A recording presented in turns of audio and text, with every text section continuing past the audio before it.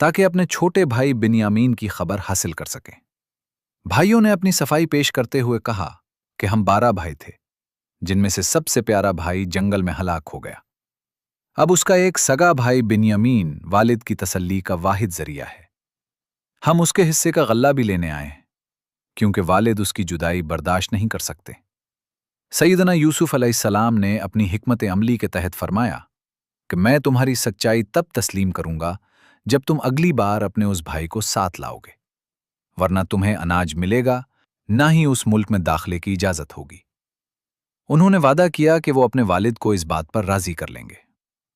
آپ نے ان کی بھرپور مہمانی کی اور خاموشی سے اپنے کارندوں کو حکم دیا کہ ان کی لائی ہوئی پونجی اور تجارتی سامان چھپ کر انہی کے تھیلوں میں واپس رکھ دو، تاکہ جب وہ گھر جا کر اسے دیکھیں تو مروت اور احسان کے بوجھ تلے دوبارہ آنے پر مجبور ہو جائیں۔ جب وہ فلسطین پہنچے اور اپنے والد کو سارا ماجرا سنایا تو سیدنا یعقوب علیہ السلام تڑپ اٹھے اور فرمایا کہ کیا میں تم پر ویسا ہی بھروسہ کروں جیسا یوسف کے معاملے میں کیا تھا؟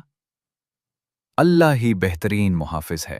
مگر جب بھائیوں نے سامان کھولا اور اپنی رقم واپس پائی تو خوشی سے نہال ہو گئے اور اصرار کرنے لگے کہ ابا جان، یہ بہترین سودا ہے، ہمارا مال بھی واپس مل گیا اور ہمیں ایک اونٹ غلہ بھی زیادہ ملے گا۔ آخرکار سیدنا یعقوب علیہ السلام نے کڑی شرائط اور اللہ کے پکے عہد و پیمان پر بنیامین کو روانہ کرنے کی اجازت دی اور نصیحت فرمائی کہ اے میرے بیٹو، مصر میں داخل ہوتے وقت سب ایک ہی دروازے سے نہ جانا، بلکہ الگ الگ راستوں سے داخل ہونا، تاکہ تم نظر بد سے محفوظ رہو۔ جب یہ قافلہ مصر پہنچا تو سیدنا یوسف علیہ السلام نے ان کی شاہانہ خاطر تواضع کی اور چالاکی سے ہر 2 بھائیوں کو ایک کمرہ دیا، جس سے بنیامین تنہا رہ گئے۔ تب آپ نے موقع پا کر انہیں اپنے قریب کیا اور رازدارانہ لہجے میں فرمایا کہ میں ہی تمہارا بھائی یوسف ہوں، اب تم ان کے ماضی کے سلوک پر رنجیدہ نہ ہونا۔ آپ نے انہیں بتایا کہ میں تمہیں اپنے پاس روکنے کی ایک تدبیر کروں گا جسے تم نے راز میں رکھنا ہے۔ جب غلہ لد چکا اور رخصتی کا وقت آیا تو آپ کے حکم پر بادشاہ کا قیمتی سنہری پیالہ، جو اناج ناپنے کے کام آتا تھا، خاموشی سے بنیامین کے سامان میں چھپا دیا گیا۔ جب رخصتی کا وقت آیا اور قافلہ روانگی کے لیے تیار ہوا تو اچانک شہر کے پہرے داروں نے راستے روک دیے اور ایک پکارنے والے نے بلند آواز میں اعلان کیا، اے قافلے والو، رک جاؤ، تم لوگ تو چور ہو۔ اس ہولناک الزام نے بھائیوں کے پیروں تلے سے زمین نکال دی۔ وہ ہکا بکا رہ گئے اور پلٹ کر پوچھا، آخر تمہاری کیا چیز گم ہوئی ہے؟ اہلکاروں نے جواب دیا کہ بادشاہ کا قیمتی سنہری پیالہ غائب ہے اور جو اسے ڈھونڈ کر لائے گا اسے انعام میں ایک اونٹ خلہ دیا جائے گا۔ حضرت یوسف علیہ السلام کے بھائیوں نے قسم کھا کر کہا، تم جانتے ہو کہ ہم یہاں فساد پھیلانے نہیں آئے اور نہ ہی ہم کبھی چور رہے ہیں، ہم تو ایک جلیل القدر نبی کی اولاد ہیں۔ جب تلاشی کا مرحلہ آیا تو اہلکاروں نے پوچھا کہ اگر چوری ثابت ہو گئی تو تمہارے قانون میں اس کی کیا سزا ہے؟ انہوں نے جواب دیا کہ جس کے سامان سے مسروقہ چیز چوری کا مال نکلے وہ بدلے میں تمہارا غلام بنا لیا جائے۔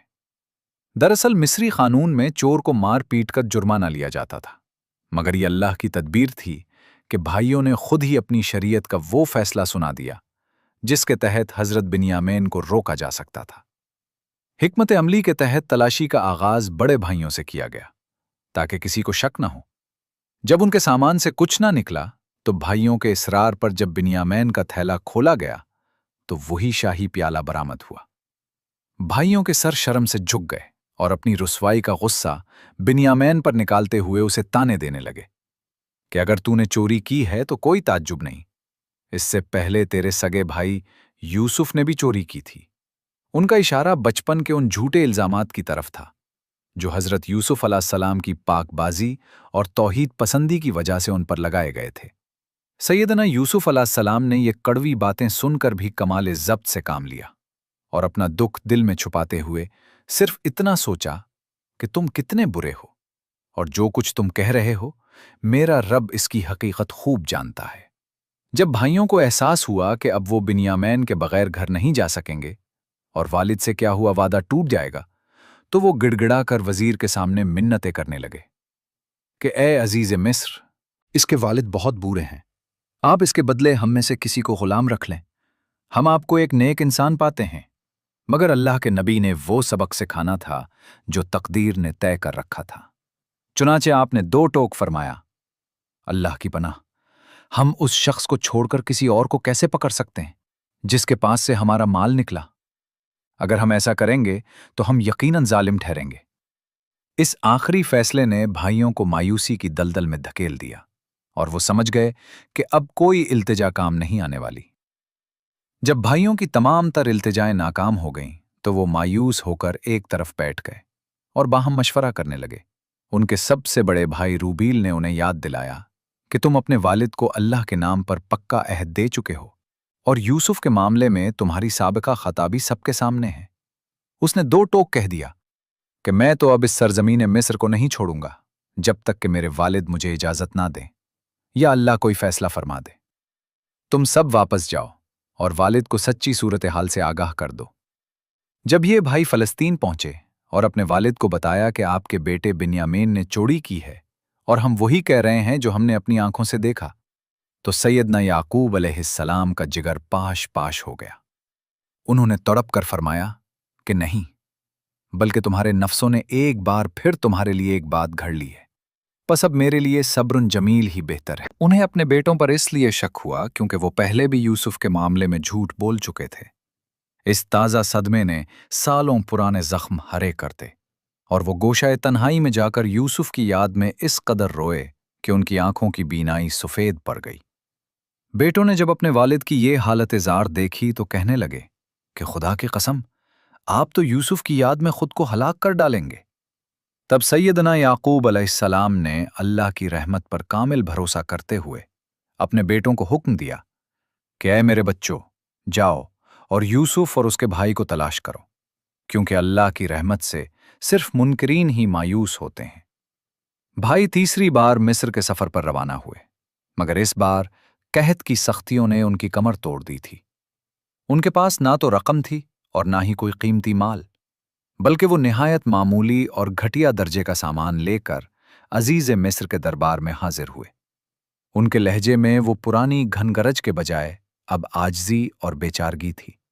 انہوں نے گڑ گڑا کر التماس کی کہ اے وزیر، ہم اور ہمارا خاندان سخت مصیبت میں ہیں، ہم یہ حقیر سا مال لائے ہیں، آپ کرم فرمائیں اور ہمیں پورا غلہ دے کر ہم پر صدقہ کیجیے، بے شک اللہ صدقہ کرنے والوں کو اجر دیتا ہے۔